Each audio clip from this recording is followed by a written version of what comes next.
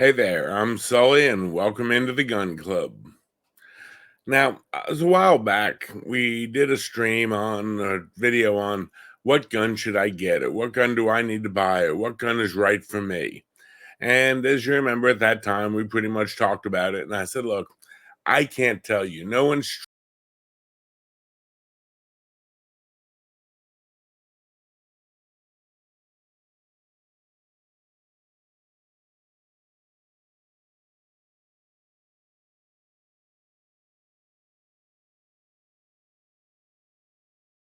yet.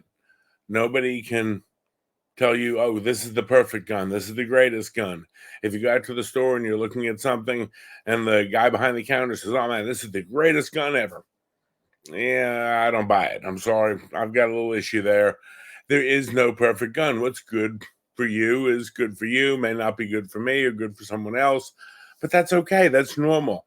We're all going to have different preferences. But hopefully, since that time, it's about 3 months ago, maybe you've gone out and you've actually picked up a gun or picked up something, and all of a sudden now you find yourself, you're going home and you got this brand new thing, and you went through all the background checks and everything else, and congratulations, you've got your new toy here, your new baby. And we're going to talk about this kind of like it's a baby, because there's actually a lot of similarities. You'd be surprised.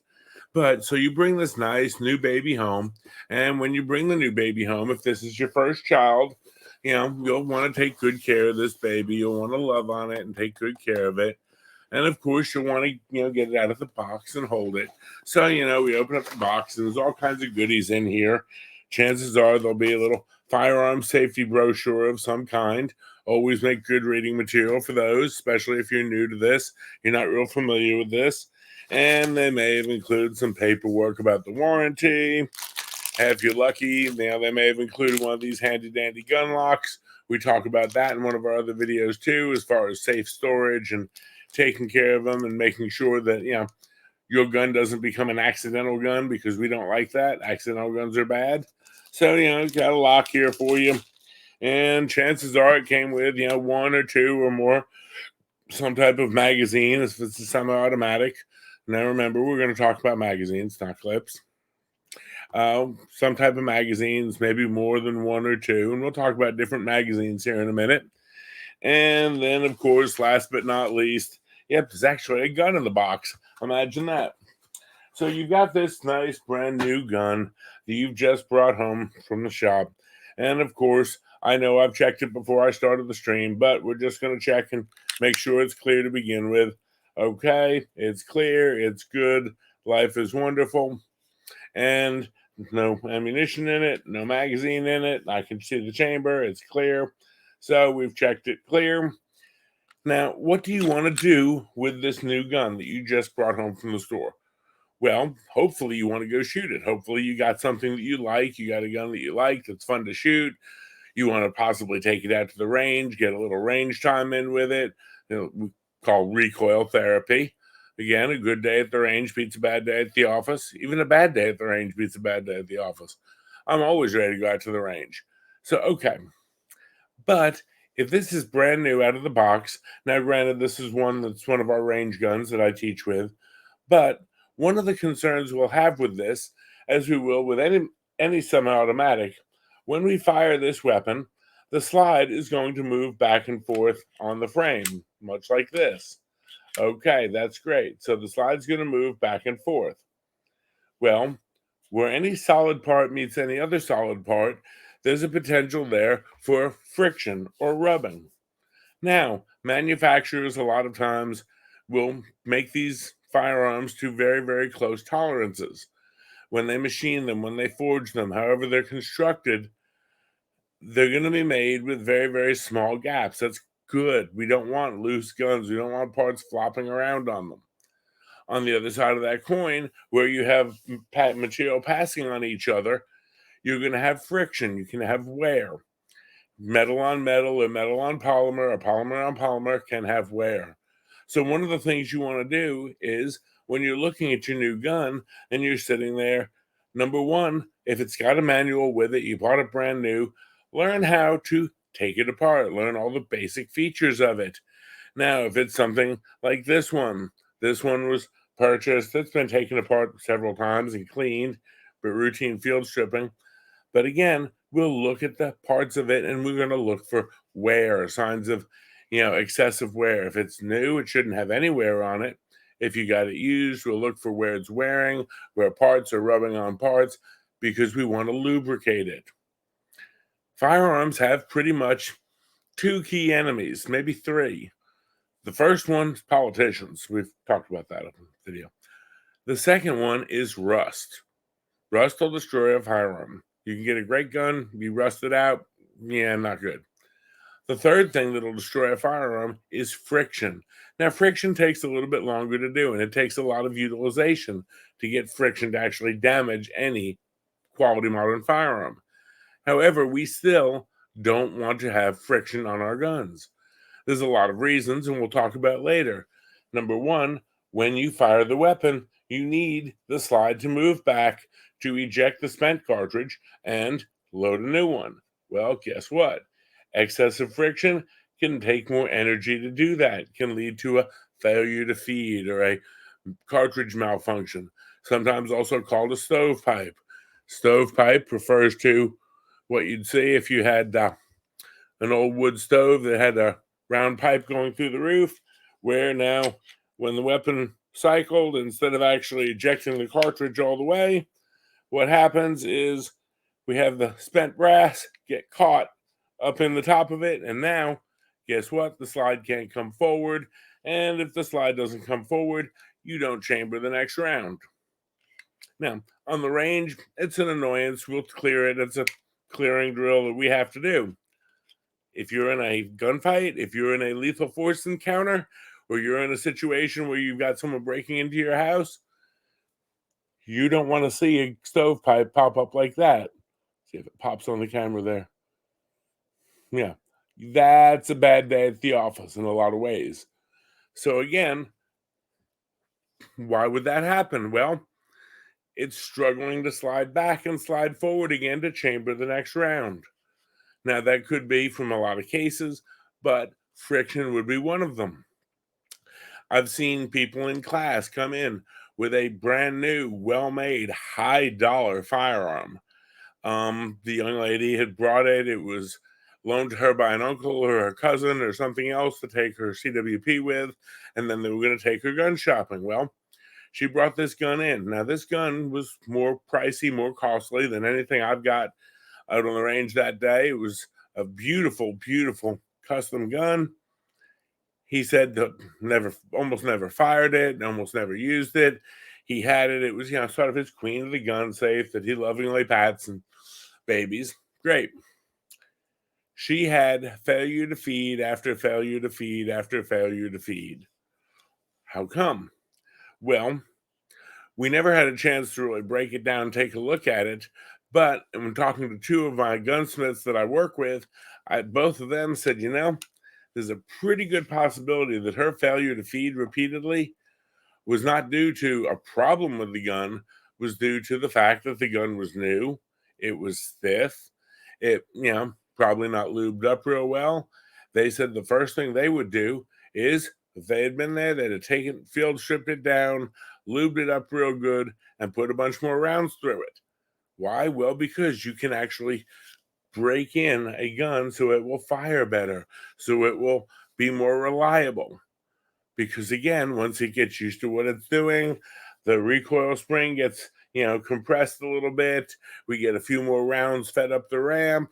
We get a few more cycles put through it. All the parts break in. Everything where it meshes is good. Hey, it's going to run better. Think about cars. Years ago, you used to get a new car and they'd always tell you, don't tow anything during a break-in period. Don't pull any hills. Change your oil extra during the break-in period in case there's any metal shavings in it. There was a lot of stuff we did to break in an engine. An engine was a precision item that was made on very close tolerances, and based on those close tolerances, that needed to be lubricated and broken in and loved on properly. So that's definitely one of the things you want to do. Take it, and again, if it's got a manual, familiarize yourself with the manual and how to do your basic takedown on it. If it does not have a manual, Maybe you got it used. Maybe you got it at a show as a used gun, as a trade-in, didn't have any information with it. You say, okay, great, wonderful. What you can do, you can go online. I will tell you, one of the few things that YouTube is actually good for is, information about different guns and breakdown procedures and breakdown methods. And so things such as that can be very positive as far as, learning how to manage the weapon, manage it safely, take it apart, field strip it, clean it. What are the cleaning points on it? Now, a lot of things in those videos they'll talk about when you're cleaning or maintaining a weapon, also accessories you can get for it. The modern firearm store, you go into any gun store, sporting goods store, nature store, hunting store, anything like that, there will be a gaggle of a gazillion accessories you can buy. Now, like we said, chances are it came with, at least 1 or 2 magazines. Chances are, it came with lock and little goodies like this. But then again, we need to go from here. What do we need to get for this? How do we need to accessorize our new baby? Think about it. You would bring a baby home from the hospital and not get stuff for it. I mean, you'd be getting diapers and formula and toys and things like that because we want to take care of our new baby. So, first off, we need to figure out what we're going to feed our new baby. Now, when we talk about feeding our new baby, well, there's a couple of different ways we want to feed our new baby. First of all, sometimes you're going out to the range, you're punching paper, you're shooting tin cans, you're, plinking steel, just playing around, you can use real simple jacketed hollow point or lead ammo. They're going to look something like this, just plain range ammo, pretty simple, straightforward, not anything too super fancy about them, not anything really expensive about them. They're usually the cheaper, grade of ammo that you'll find, and they work perfectly well for what they do. Let's face it, what are they there for? Like I said, they are range ammo. So when you're looking at range ammo, it's something that you're planning on most likely taking out to the range with you. So we do that. Now, you can get all kinds of wonderful range ammo, things like that. You can get different types of, steel case, brass case, aluminum case, jacket, it doesn't really matter. Find out, if there's a range that you like to go to or everything else, support that range, buy the ammo there. Maybe a buck or two more per box, but then again, that buck or two more per box is keeping that range near your house. If we go outside and we buy all of our ammo online or buy it at the big box store, congratulations. The range you like going to, the money that you spend on ammo there is going into that range to keep their business running, to keep that range there. So you support your local range. Plus, maybe they want all jacketed ammunition. They don't want any just lead ammunition. Maybe they want just brass case. They don't want steel case, or they don't want aluminum casing. They can have different rules, different ranges, indoor and outdoor. We'll have different rules about what you can shoot there. So, okay, we need range ammo. The next thing you want to think about is, why did we get the gun? If we got it for just target practice, self, learning, something we want to go take a CWP class with someday, okay, great. Range ammo is all you need if all you're going to be doing is shooting on the range. But if you're going to be looking at using a firearm for self-defense or self-protection, then you're going to want to look at a quality type of jacketed hollow point. Now, jacketed hollow points are a little bit different. I'm going to put it up here. We've got our range ammo here, and this one here is a jacketed hollow point. You can't really see that too well, but the jacketed hollow point is designed differently. It's a much more complicated and intricate design, also much pricier to buy. Now, jacketed hollow point, what's the difference? Well, these are made to go through the gun and punch holes in paper targets, made to ring steel real well downrange. They'll knock tin cans off the neighbor's fence, whatever you're shooting. Jacketed hollow points are actually designed when they impact with an object, i.e., human being or an animal's flesh. They're designed to actually expand and open up. You can look online and get pictures of what a jacketed hollow point looks like. A lot of them, they may open up. I know at one point they'd have like little shards that come out or different things like that. They're not exploding or anything like that, but they've got the cutout in the open here that's hollowed out, and they've got the jacket around there. And you can see it a little bit up there on the camera where if this hits a human target or a gel target or some type of live target, it's designed to open up. Why? Well, number one, you're going to have more what we call stopping power. When the bullet leaves the muzzle of your gun, it's going to have a certain amount of energy. Well, if you've got a tip like this on it, that tip is made to go through and through really well. You may easily go through a human target and out the back. Now, that's not always a bad thing. However, remember this. This is going to keep going down the road. It can find that station wagon full of nuns down the road. It can find that unintended target down the road. Also, even if it doesn't find any bad unintended target, it still left some of its energy in the tree or the refrigerator or the wall or whatever else it hit after it went through somebody. These, on the other hand, are designed to open up on impact. When they open up on impact, they're not only designed to go in and help incapacitate your target, they're designed to dump all of the energy in that target. If I'm going to give somebody a load of energy, I want them to get 100% of the energy, not just 75% and 25% went in the wall. I don't want to give them just 80% and 20% hit the refrigerator. I want to make sure they're getting 100% benefit of every bit of energy I send them. I mean, if you care enough to send the very best, you have a better result. This equates to stopping power. Unfortunately, folks, this ain't Hollywood.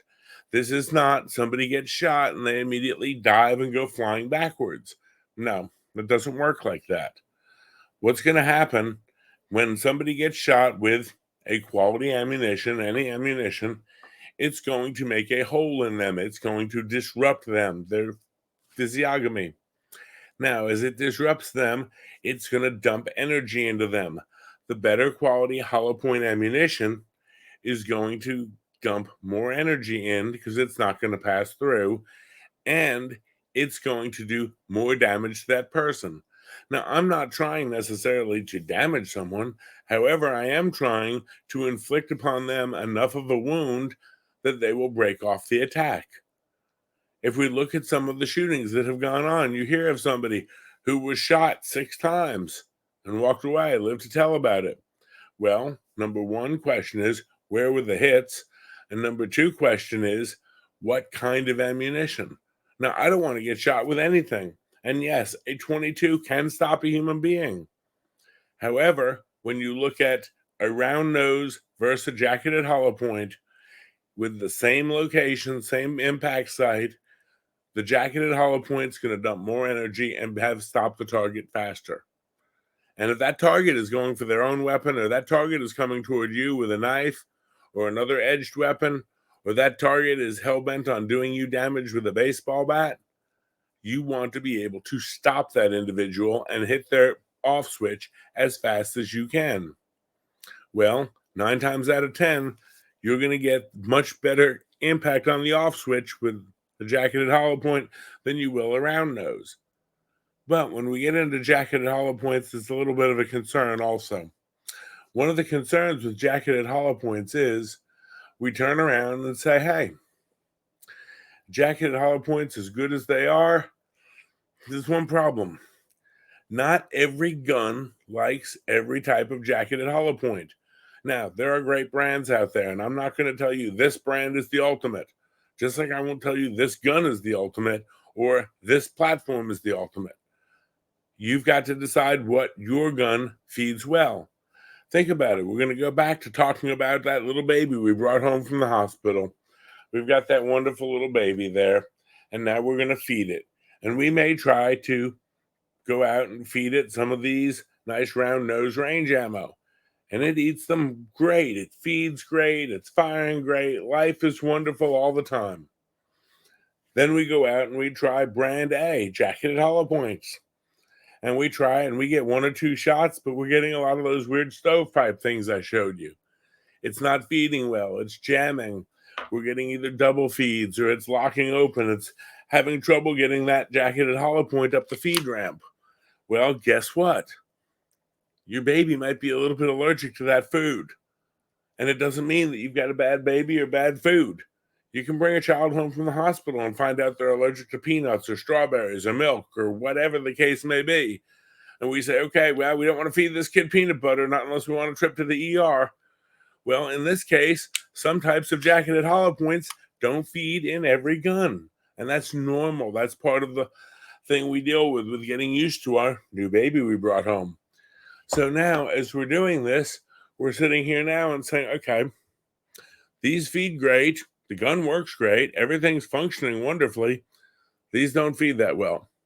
So we end up trying another brand. We may try brand B or brand C. Now, does it mean they'll always be that way? No. But before I'm going to carry a firearm in a self-defense setting where I'm betting my life on it, I'm going to want to make darn sure that I can not only get my first shot off, but my second and third, etc. You don't want to be facing potentially one or multiple assailants and have your gun locking up on you, have a failure to feed. That's a bad day at the office. Personally, until I've taken a gun out and put a bunch of round nose through it and a box of expensive stuff through it, I don't trust this stuff as a carry ammo. And again, it's not saying it's bad ammo or cheap ammo or low-grade stuff or no good. And it's not saying the gun's no good. What it's saying is this kid just is allergic to peanut butter, or this kid's allergic to strawberries.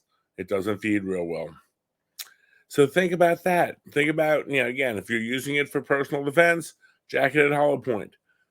Me personally, I'll carry my jacketed hollow points, my self-defense grade ammo. I'll carry it for about a year. And after about a year or so, I'll decide when I'm at the range if they've got the brands I like or something else that I'm partial to or a good quality brand, or I see something on sale. I'll say, you know what? I'm going to take my duty ammo or my carry ammo. I'm going to blow it down range today and get a fresh load. How come? Well, this is in that magazine on that gun every day. Do I wear my gun when it rains? Yeah. Do I wear my gun when I sweat? Yeah. Have I ever had my gun in my pocket when I've sweat? Yeah. So moisture, dust, sand, stuff like that. We'll talk about maintaining the gun, but don't forget to maintain your ammo.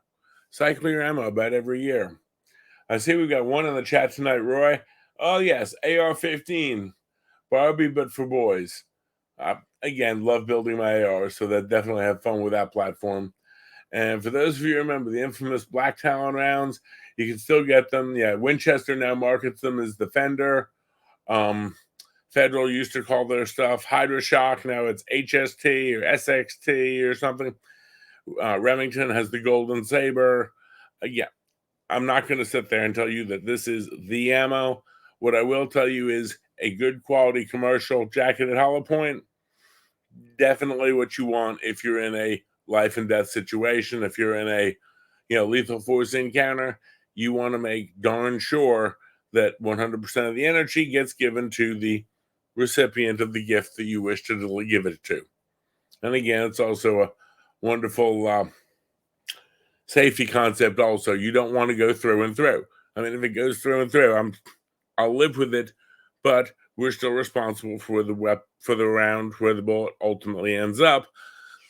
I don't want it going down the street, finding a station wagon full of nuns or, bus full of kindergarten kids. I'd much rather make sure it stays in my target where it was shot.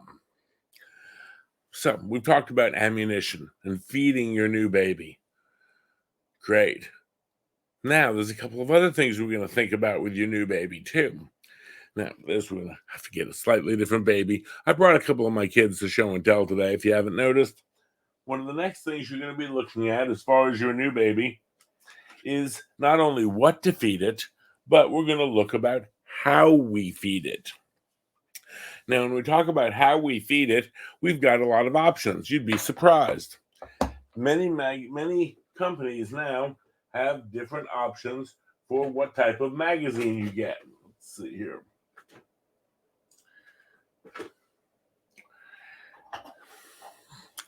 Sorry, grabbing toys for show and tell here today. Let's see here. See one in the chat. I'm a Gen X FUD. Still think 40 S&W plus P core bonds, or like mini nukes or something. Honestly, it was real weird. When I went on the road, we pretty much had to go between the 9mm SIG 226s or the 45 caliber SIG 220s. 40 and 10mm were still sort of new on the market and questionable. And you'd find you could get four of us in a room, and I'll be honest with you, we'd argue very, very well back and forth as far as, what we needed to get, which one was the best. You'd get a lot of the guys who were carrying 45s, whether they were carrying the old government model, Colt Commander 1911s, or whether, SIG 220s that said 230 grains, 45 caliber, GI standard. That's the latest, greatest thing. That's always going to work. And 9mm for them was just too small. Why carry anything smaller than a 45?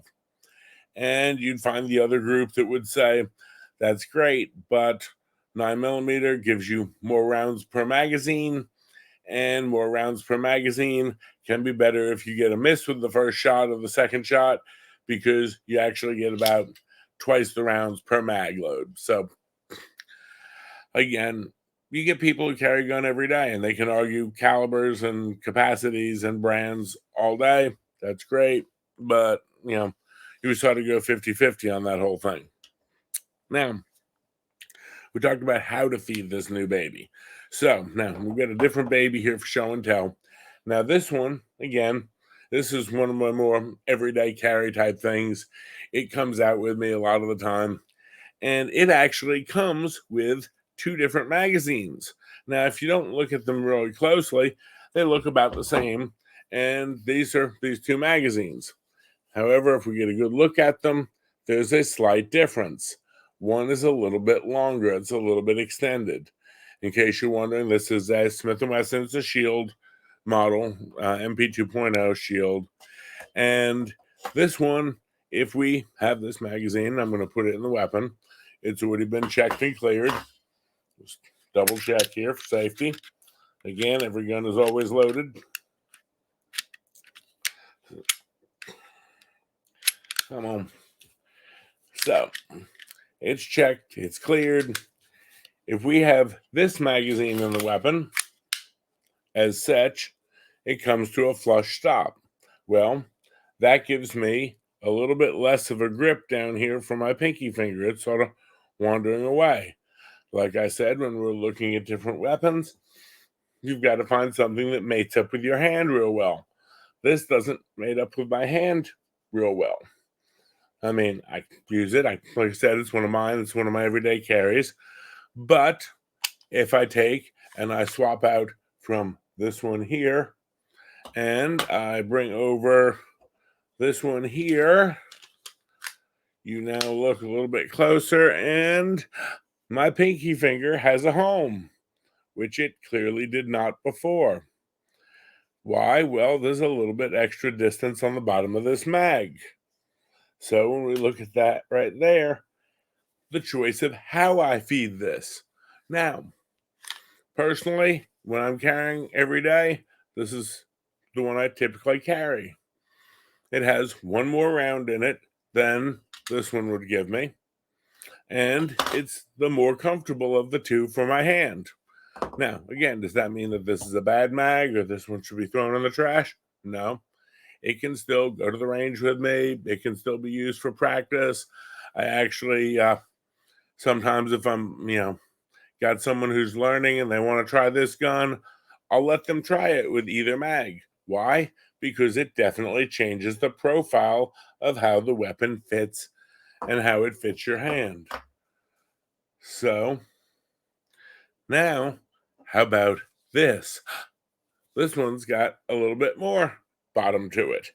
Again, if we look at them compared to each other, you can see that one's got an extra 2 rounds in it more than, say, this one would. So they all are made for the same gun. These two came stock with it. This was actually an aftermarket variety. If I put this one in, I've got a much bigger grip on the bottom of it, a little bit bulkier than what I need. Personally, this is what I would carry on my belt for backup. So if by some chance I end up in a situation that I have to use this weapon, I can, if I end up running out of ammunition in this mag, my reload is go to this one here. And again, like that. So again, different choices. You can go up +1, +2. Different magazines can change the profile of the grip setting on the gun. Now, it's not going to make a big difference, but again, you want to make sure that your mags work well with your gun. The same way I said, make sure new ammo feeds good. Well, make sure your new mag feeds your new ammo good. So as you start looking through the gun store, through that wall of magazines, and you say, hey, I can get this, it's +2 rounds, it's +3 rounds. Yes, this gives me +2 or 3, but it's going to have more weight than this one is. It's going to protrude up a little bit higher into my ribs, maybe. Well, I can always get one and use it as a backup, use it for range day, use it for practice day, as the case may be. So there you've got one firearm, which again, standard Smith firearm, something again that I'm quite familiar with, that I carry every day. And sorry, it's not wanting to lock back real well, but you can choose which one, A, B, or C magazine that you like. And by that point, you say, hey, look, this mag is the most comfortable to shoot with. This one, my pinky needs a place to go. I'll still use it for the range and for practice once in a while, but this is the one I prefer to carry. You want to make sure that mag feeds that round through that ammo. Let's see a couple in the chat here. Let's see. First pistol, still have it. Beretta 92D in 40 Smith. Bought at the gun store in Fayetteville. Probably still have the permission to buy a gun letter from Cumberland County Sheriff's Office. Honestly, North Carolina still does the permission to buy a gun letter, unfortunately, through the sheriff's office. Although I think it's like get $5 to get a permit. I know that I've talked a little bit about North Carolina permitting on a couple of our streams, and not always a fan of some of the way the permit goes. Primarily, I have issue with the waiting period. I've seen people who were in a very, very, very desperate need to get something now because of either a stalker or a new job and carrying money home from a night shift job waitressing, and they were running through the loops of trying to get like a permit through the sheriff's office. It was like, really? It was problematic. That's that law of unintended consequences coming out there. We're going to make everyone so safe that no one can get their hands on a decent gun. But again, coming back to, this is the gun. What mag fits you, fits it best. And the mag, the ammo, and the gun all got to work together. So we try to get that to the point that we're all on par with it. Now, another concern to have with ammunition, and honestly, this one isn't as big a concern. Well, it's a very big concern, but it's not something that usually happens. We see people having trouble finding the right ammunition for their firearm. As you see, I'm talking with one of the gentlemen in the chat tonight. He and I, very familiar with firearms. He's talking about 40s. I'm talking about 45s. You can get into 9mm, 380. You go to the gun shop, there's all kinds of ammunition. A 223 is not the same as a 22. 9x19 is not the same as some of the other things. They've now got a 5.7 that I've seen out there. You will find, all kinds of ammunition. Make sure you get the right ammunition caliber for your gun. Although I did see in one of the gun magazines, the guy was asking, if he accidentally had bought a bunch of the wrong caliber ammunition for his gun and wanted recommendations of what to do with it. And several other people said, well, you've actually got a perfect reason to go buy you another gun. Write down what kind of ammunition you have, go to the gun store, and buy your gun for it. I could live with that. I could see that. That would work for me. I'm good with that. We can live there. All righty. Folks, if you've got any questions or anything you'd like to ask, by all means, we've got the Rumble chat up. Please feel free to drop something into the Rumble chat, ask your questions, comments. I love to hear from you, by all means. Also, one thing I want to talk about here while I take a quick second is I've mentioned before that, we've got the Rumble chat as well as the locals community. I put up a Facebook page, and I put up the Facebook page under the name of the Gun Club Podcast. Now, the reason I did this, quite honestly, well, let's just say that Rumble, I love Rumble. I like working with Rumble. They've been absolutely fantastic to deal with. However, I can only set up a live stream or schedule a live stream within 24 hours of advance of when it's coming on. Now, that's a little bit of a problem for me. And the reason I say that is I want to be able to give y'all more notice of when we're doing something. If I can only give you 24 hours advance notice of when I'm trying to schedule something or do something, I understand people have like real world obligations and things they deal with, and they may not be able to make it. On Facebook, I can schedule online events well out in advance, and people can be notified of them and be aware of them. So that way, hopefully, we can get some more people around in and out so we get more participation. If I was streaming on YouTube, I could schedule this much further in advance. However, being the fact I was playing with and manipulating firearms online, YouTube would have probably pulled the stream down already. So there's sort of a problem there. But setting up the Facebook page where I can schedule events so I can let you all know in advance when I'm going to be doing a live stream, when I'm going to have some guests on. I've talked to 2 people recently who want to come on as guests. One is a fellow instructor, and another one is somebody who does, he's also an instructor, but he does a lot of custom gun work and designs and Cerakoting on things.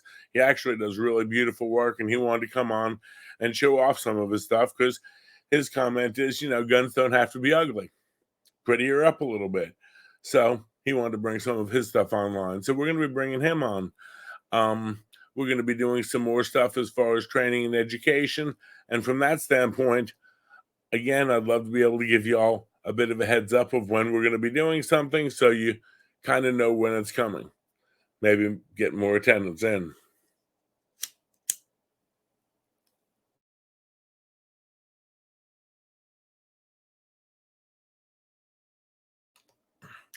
Also, along with that, a couple of other things to let you know about. The locals community is still up and running as always.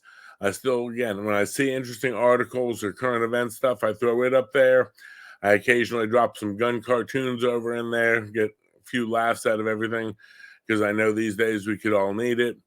We will be looking eventually at putting live chats into the locals. However, my only concern with that is you all would have to pay for that, whereas you all can, chit chat and shoot the bull with us in the Rumble chat for free. So, not going to worry too much about the locals live chat.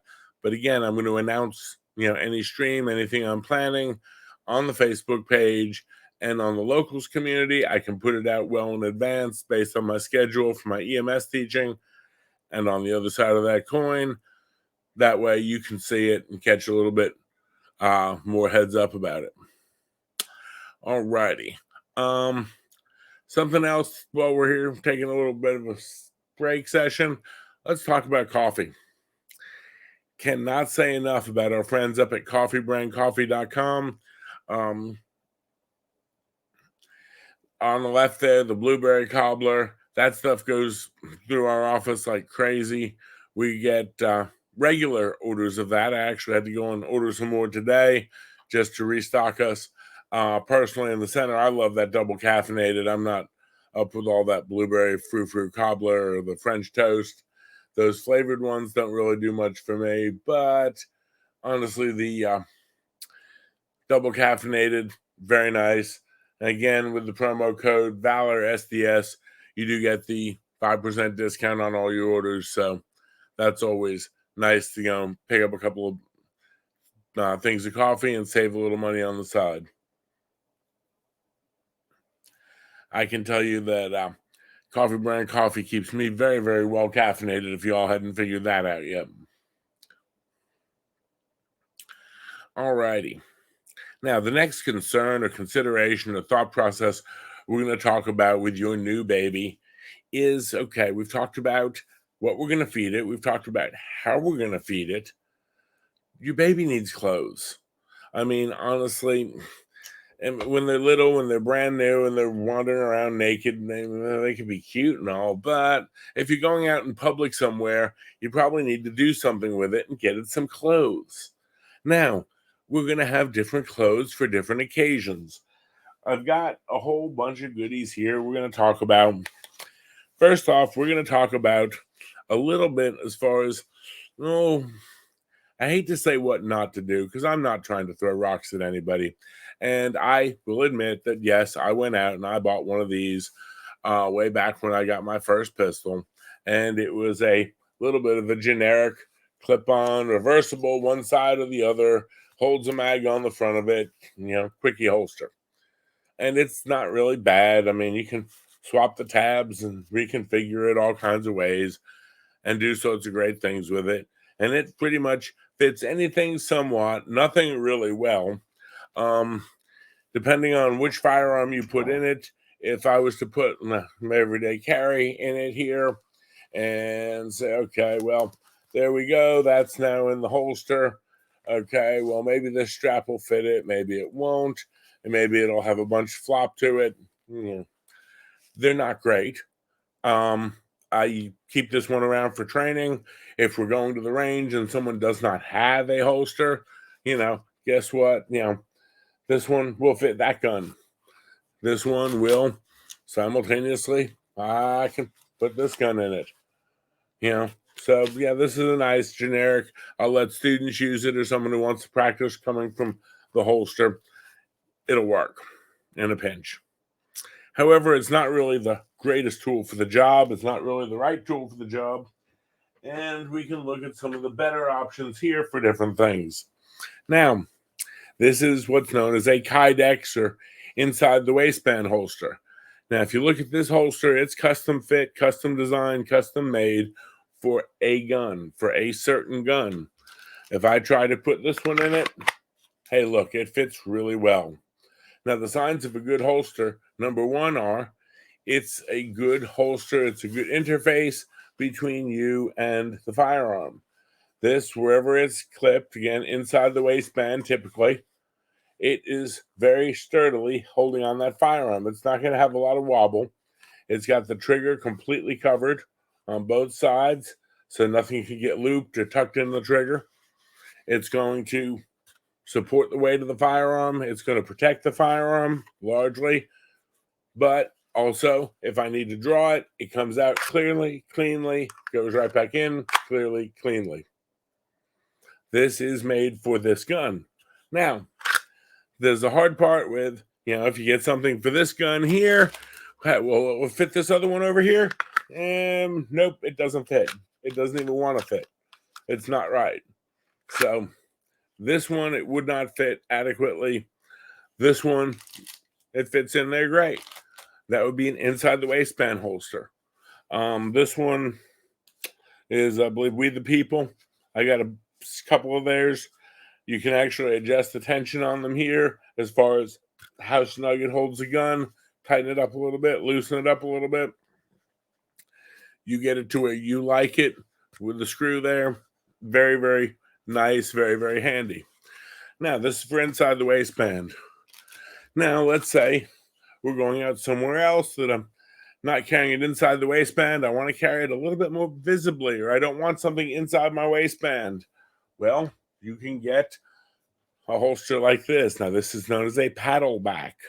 And the reason they call it a paddle back, you can guess the back of it here, kind of looks like a ping pong paddle. And what this will do is this will actually go inside the waist of my pants, and this clips on the inside, this clips on the outside, and that supports the weight of the firearm. Now, when comparing this to that other little nylon holster I had, you've got that supporting the weight of the firearm clipping on, or you've got this little clip. You can kind of guess which one's going to, again, support and secure the weapon more effectively, more properly, shall we say. Now, when we go into this one here, again, as we come down, this one actually has a locking mechanism where it locks in. So, if by some chance someone, for whatever reason, decides that they think it's a bright idea to borrow my firearm or get it out of my holster or get it from where it's carried, guess what? They can't do it very easily, can they? It's locked in there. However, if I hit the release, I can draw it very clearly. So again, that's another type of a holster. It's got the release right there. So if you get used to it, you can draw it very quick, very clean. And even though where our trigger finger is always supposed to go up on the frame when we draw, there we are. And again, just to demo it. But if someone doesn't do that, they ain't getting that gun. So from that standpoint, definitely something to consider. Are you carrying it out open? Are you carrying it up concealed inside the waistband, open carry? Or if you're wearing a big cover garment, you can wear this to keep it a little bit off your body, get a little bit less of the ride into your rib cage from the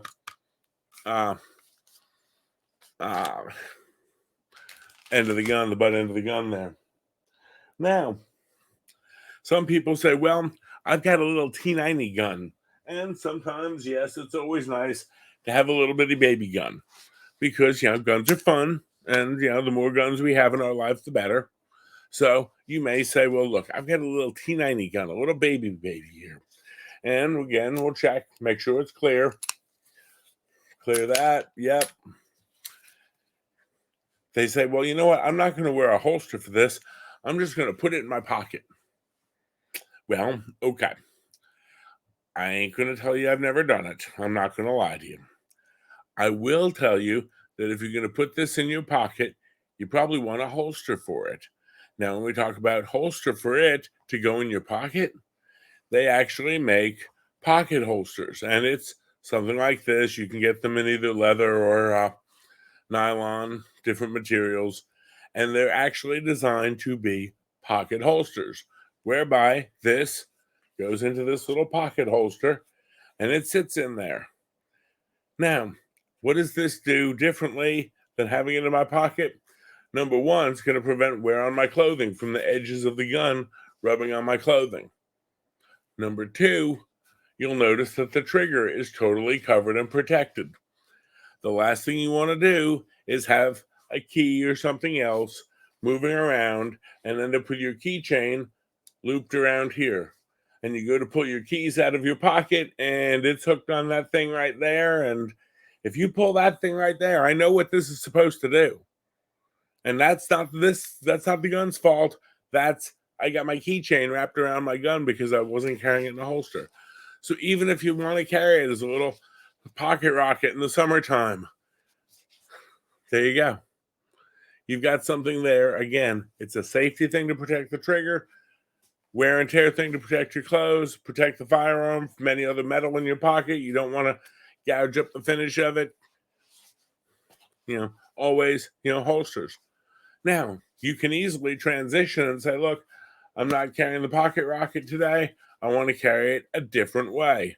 Well, what other different way can we carry it? This same gun can very easily go into this holster.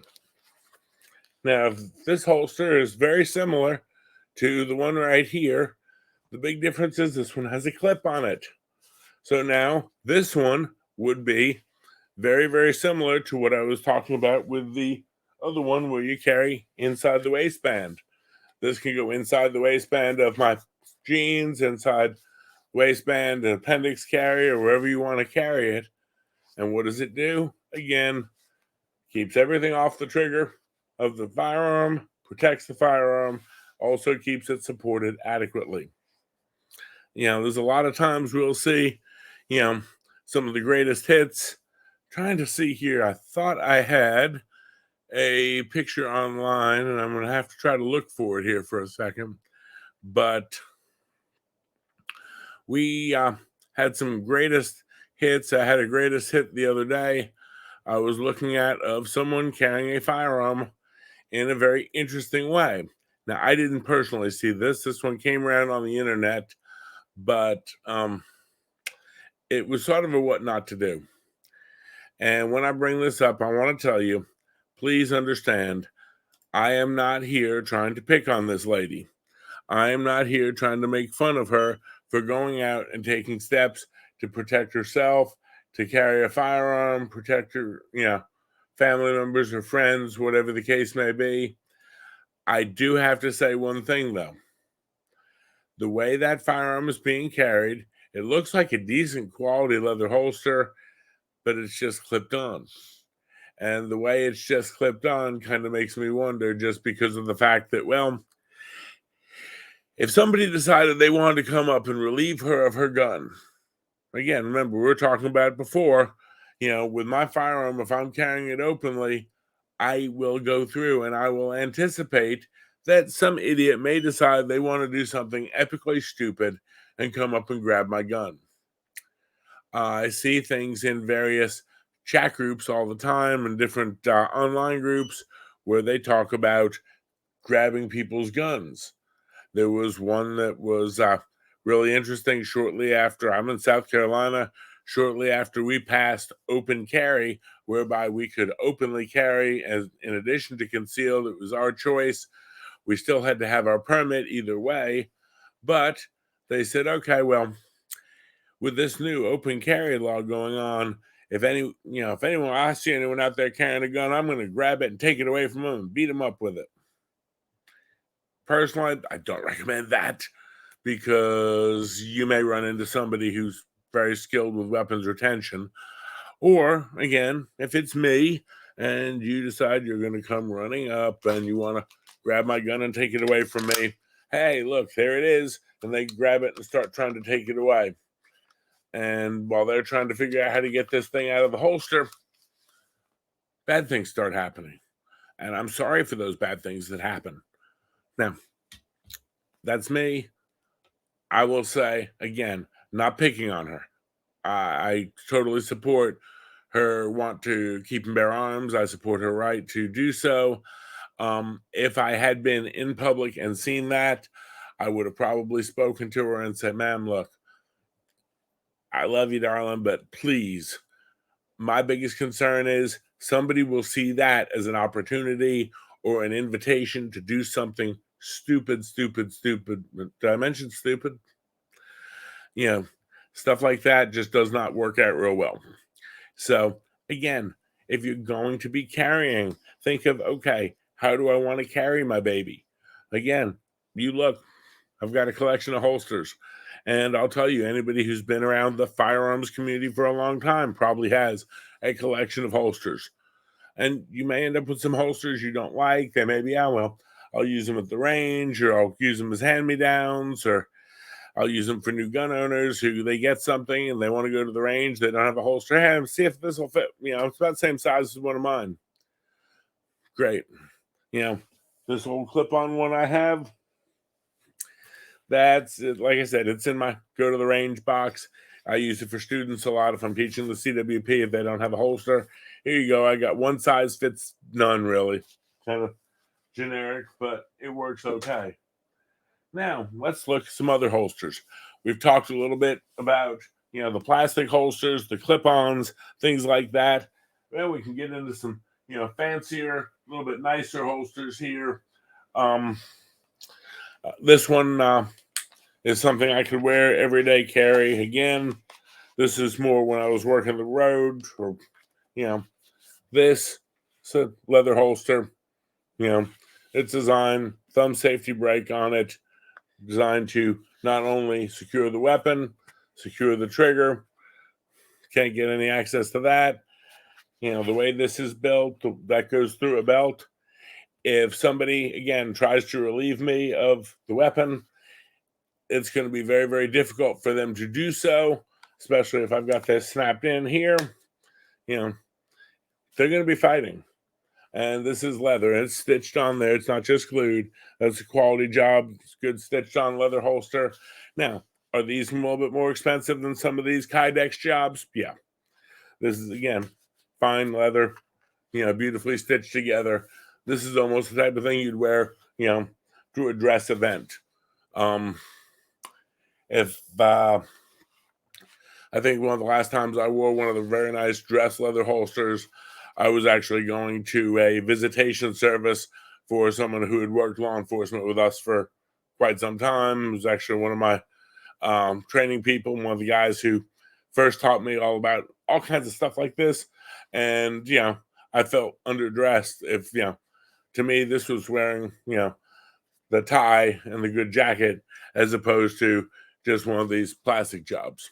So, again, day-to-day wear, those are great. These require a little bit more care, a little bit more love, a little bit of oil periodically, taking care of quality leather. It can last for years. On the other side of the coin, if you're not taking care of it, yeah, that's where we like the Kydex jobs. They're a little bit less expensive to get, and, well, they require less maintenance, less upkeep. But yeah, good leather holsters, stuff like this one. This is for I believe a government model, 1911. If I'm wearing this, it's because I'm going to a dress event that I want to wear something a little bit nicer than just the day-to-day plastic. I mean, come on, you don't put on a suit and wear a pair of sneakers, guys. That's like washing your car and not like doing the wheels and tires. If you're going to dress up, you've got a good dress holster to wear. Now, the interesting thing is this firearm here, again, another one out of my stash. This was at one point a day-to-day duty weapon. I've also got a full-size plastic holster for it. This one, it is a retention grade holster. This one just snaps on my belt. It's actually purchased like that. I can slide this down inside my pants and clip that in, and it's now locked on pretty well, and it rides in there. Once again, that's out, it's exposed, and because it is out and exposed, much like this one slips in, this one slips in and locks. But if anyone's going to try to get this holster, they can't. It actually has a release button on there. You've got to hit the release in order to get it, and you lock it back in. So again, something with a retention grade to it to try to keep your gun from becoming their gun. Because let's face it, folks, in the day and age we're at, Johnny Q gang member cannot go out to the store and buy this. He tries to go out to the store and buy this at, Bubba's gun shop. Johnny will be told, nope, sorry, dude, looking at your record, there's no way you can buy a gun. How does he get a gun, though? Well, maybe he has someone buy it for him, or maybe he just steals yours. So if you're carrying it, if it's out there, if it's open, if it's visible, having something with a little bit of a retention grade to it can pay big dividends because they can't get it, but boy, you want it, you can. That time may actually be what keeps someone from relieving you of your firearm without your permission. I've got the chats open. Any questions on any of this stuff? I wanted to do something again for the brand new gun owners. We're talking about all this stuff about taking care of guns, and you got your first gun. Congratulations. Now where do you go? Well, we talked about feeding it, making sure it likes and digests the ammunition well.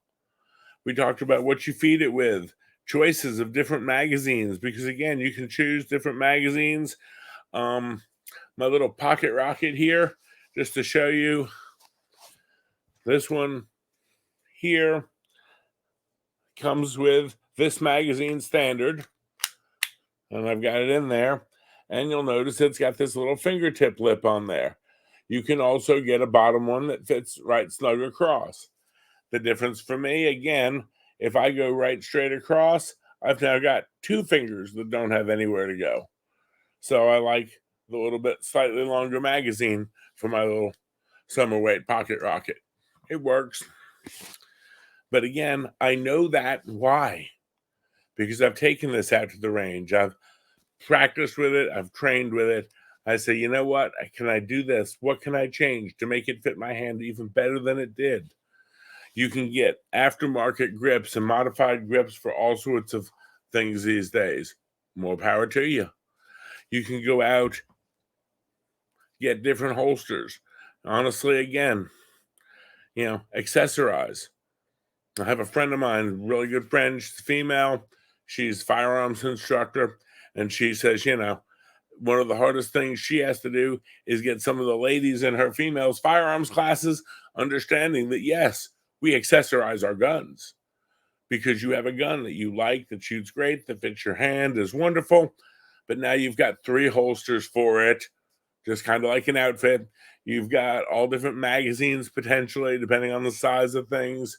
You may get different things to go to the range with. All sorts of good stuff like that. That's some good coffee.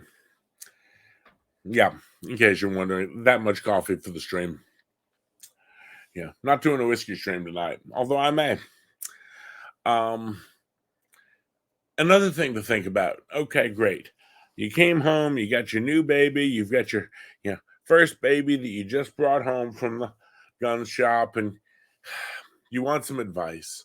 I'm around a lot. You can always email me, ask me questions. That's great. That's wonderful. But I can't do everything. Talk to somebody. If you find a gun guy or a gun girl in your circle of friends, a range buddy. You'd be surprised. Range buddies can be really, really wonderful. Not only when we talk about going out to the range and, practicing, it can be a social event. It can be a fun thing to do. Having someone else to go out to the range with you. Maybe they show you something you didn't see. You show them something they didn't see. Hey, you never know. May end up doing something as far as, bulk ammo deals. I know I used to always enjoy going to the range with 1 or 2 of the guys I worked with. I mean, we all carried all the time, and we all had 2 or 3 guns around the house that weren't our carry work guns. And so we'd go out to the range of an afternoon, have a wonderful time, then go back to someone's house, crank up the coffee maker to full wide open. And once the coffee maker was cranked up, we'd turn around and, hey, start cleaning the guns. And I broke down mine, they'd break down theirs. We'd take turns going through, cleaning them, breaking them down. I learned a lot.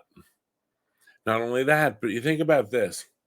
If you've got someone in your circle who's like a gung-ho firearms enthusiast, chances are they've probably got a gun cleaning kit that's got more tools and toys in it, and probably their gun cleaning kit costs more than you paid for the old gun. And they'll show you this stuff, and they'll teach you how to field strip it, break it down, maintain it, and they can show you all the stuff. I mean, if you're a brand new gun owner, if you want to look at, hey, where do I want to spend money next? Yes, good ammunition, magazines to train with, definitely. Last thing you want to do is go out and get that 77-piece gun cleaning kit. I mean, it looks really cool, but you've got a gun that's in 1 caliber, and strangely enough, it can clean 17 different calibers. I'm not saying it's bad, but I will say this. You don't have 17 guns, much less 17 different caliber guns. As a matter of fact, every gun you've seen on this stream tonight has all been the same caliber. It's another trick you can learn. If you stick in 1 caliber or 1 or 2 calibers, and I know I'm going to get some grief from Roy on this one, but if you stick with 1 or 2 calibers, guess what? You use the same bullets. You can get bulk ammunition deals and use the same range ammo for anything on the desk. You can actually use the same carry ammo for everything on the desk. You can use the same cleaning supplies for everything on the desk. And again, if you run into that gun buddy who's got that big deluxe cleaning kit because he's been doing this 10, 15, 20 years longer than you have, he's going to be a great source, or she's going to be a great source of knowledge, learning to clean it, learning to strip it, learning to work it, learning to work on it, doing custom stuff, learning how to do cool stuff to your ARs if you ever end up getting into the ARs. I mean, again, you never know. You get one, before you know it, you want another one and another one. Well, it's not that you don't like this one. You know, some people like having a family with 5, 10, 15 kids in it. You know, some of them have, we have our big brother and our little brother and, well, littler brother and all these wonderful things. Guess what? If they're all the same caliber, they can all wear hand-me-down clothes. You know, they sit there and you can feed them a lot of the same thing, especially if they're the same brand. You may learn different things about that brand, that you like the way that angle fits your hand. You like the way their designers make their stuff. You may go out and decide you want to do something different. You may just say, look, I've got a whole bunch of 9mm on the desk here. I feel this emotional need that I need to go out and customize a 45 caliber 1911 Commander model. Might be what I'm working on next month. But, again, practicing, having those friends in the gun family and the gun community can definitely pay big dividends. Not only is it a range buddy to hang out with, but you have someone to sit around, clean guns with, everything else. We're going to go through, I know one of the streams I want to do is going to do a field strip and breakdown and clean on a couple of these. Actually going to try to take them out to the range first and get them really dirty. Again, do that. Learn from those people. They're great. Part of the whole thing, again, starting this with the whole gun club online, is to build not only an online community, but also something we all support each other. There's going to be people in here who have had guns for 11 years. There are going to be people here who have had guns for 11 weeks. I'm all for all of that. We need to pass this stuff around. We need to share it. This is knowledge. We need to share it. Unfortunately, we don't learn basic marksmanship in high school in the rifle range like when I was growing up, nor do we have a chance to do that. But what we can do is learn a lot about this from each other. All right, folks, if you have any questions, please go ahead and hit them up in the live chat over here on Rumble. Also, if you would, please hit the thumbs up. It does help the stream a little bit. I'm not one of the great big streamers. I will be some one of these days, but not quite yet. And as always, please support our dear friends over at Coffee Brand Coffee, because they do support us more than you know. They've actually been supporting me most of the day today as I've been going through my coffee.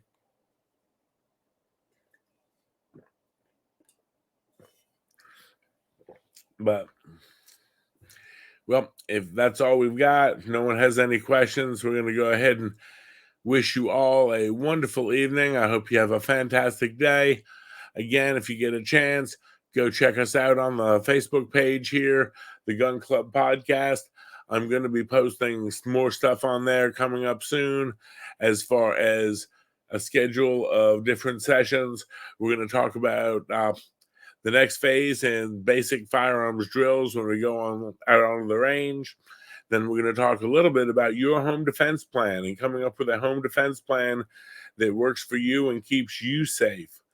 My goal, again, sharing information, sharing knowledge, building community in such a way that we can all become better from the adventure. Thanks a lot. I appreciate y'all's time. Y'all have a wonderful evening now. I think I'm going to go grab me some more coffee. Take care of yourselves. Be safe. Bye.